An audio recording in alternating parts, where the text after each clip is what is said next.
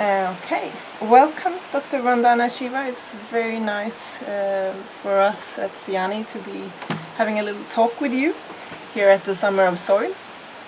As an introductory question, maybe you could just tell us briefly what you're doing here at the Summer of Soil. Well, I've come For to our the Summer members. of Soil to do the keynote in the program. But from my side, I've come because it's lovely to see young people addressing an issue which the generation before them totally neglected, even though it is the foundation of our existence and the foundation of civilization. Okay, thank you. The forum here is permeated by a collective thinking, and we wonder what you think are the key factors which enable solving problems together. What do you think are the key factors? I think people here have come from different streams. Most of them are very young. I was sitting in the World Cafe on a table where one young man started out doing medicine because he cared for health. And then he realized that it wouldn't come from a medical degree. It would come from farming organically. And that's what he's doing. So amazing shifts in people's minds. So I think the common thing that's connecting everyone here is first of course the awareness how important living soil is, because we've for too long been fed with the false idea that soil is dead, just dead matter, and whatever fertility comes from application of NPK, and there's an undoing of that misinformation and ignorance that's necessary. The second is a sense of urgency, that we've got to find solutions to the multiple problems, and everyone's coming to the conclusion and they hang together in the soil. How do you address climate change? Living soil is a solution. How do you address hunger and malnutrition? Soil that's healthy with nutrients is the source of food that's healthy with nutrients. So no matter which way you look at it, water crisis, only one way to farm with water limits and to create resilience, have more organic matter and living soil. So no matter which side of the social or ecological problem you look at, it ends up residing in soil. The solutions are there, and I think that's an awareness and awakening that's connecting everyone. Okay, thank you. So, do you think that the issue of soil needs to be prioritized higher on the global agenda? I definitely think it needs to be prioritized And higher. in what ways? But we do have a convention called the Convention on Desertification, which in effect is about soil and soil health and soil erosion and soil degradation. And yet it is treated like an orphan convention. It doesn't have the glamour of other treaties. So one way to give higher importance is, I would say, change the name of that treaty, make it the Living Soil Treaty, so that it becomes a very positive convention. The second way to highlight the importance of living soil, in my view, is what I said in my opening remarks at the forum, that it's not just an issue of a little more science. It's an issue of a redefinition of the human enterprise, from being conquerors of the soil and the land to being children of the soil and recognizing our place with the earth community. And that shift creates all kinds of new possibilities and removes all kinds of old obstacles. Okay, yeah. In your speech you talked quite a lot about globalization as sometimes a negative force, but it is a force of change. And do you think it's shaping low-income countries differently compared to how it's shaping our society, for example, in Europe? Well, the reason I'm critical of globalization is it isn't ecological globalization. It isn't a sense of new environmental responsibility. It is not globalization for justice and equity. It's a globalization for greed, driven by greed, for greed. It's corporate-driven globalization.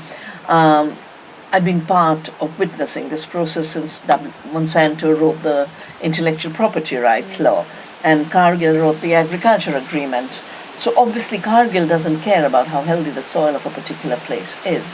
For them, all they're seeing is how can I dump more products with subsidies that I collect from my governments. And they don't care how many farmers get wiped out. Similarly, Monsanto doesn't care that its model of seed monopoly, patters, GMOs, has triggered the epidemic of farmer suicides in India, 284,000, and which is why I'm so critical. What we do need is a new awareness that we are one Earth family, and within it we are one human family.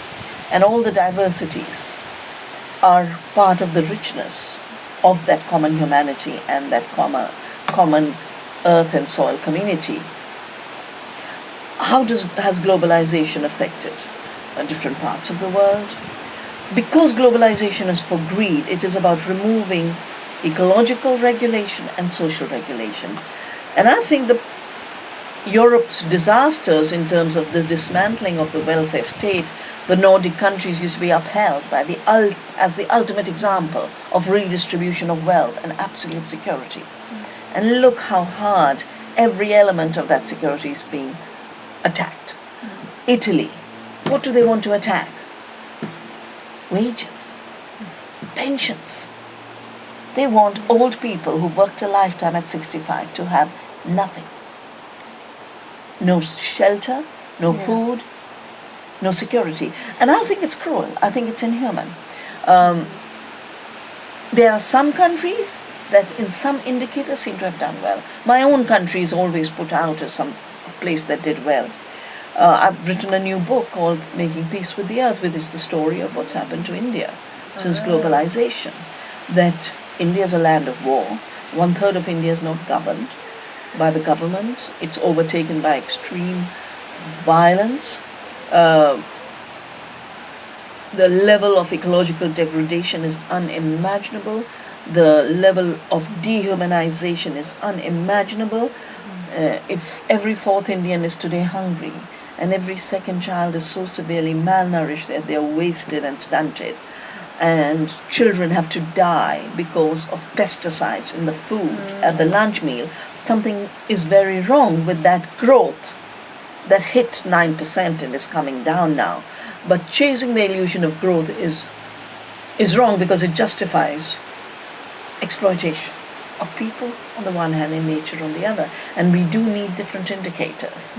We need different indicators that allow us to measure the health of the soil, the health of the child, the health of our forests, the health of our rivers. We are living through one of the worst disasters we've witnessed in my lifetime. The disaster in my region, Uttarakhand, all because of a maldevelopment model. And of course those who are building those dams have done very well. Not only did they get money, our tax money, they're getting your tax money through emissions trading, treating hydroelectric projects that have devastated our mountains as a clean development mechanism. So I think economic indicators have become extremely abusive. And globalization only hangs on these few indicators. I think it's time to say, how well are people doing? Are people secure? Or are we pushing everyone into tension? Are we pushing everyone into stress? How can we proudly say that most young people will be depressed because they're having to look for a new job every 6 months? It's not the kind of societies that can be stable. And at the end of it, it's that stress and that insecurity that in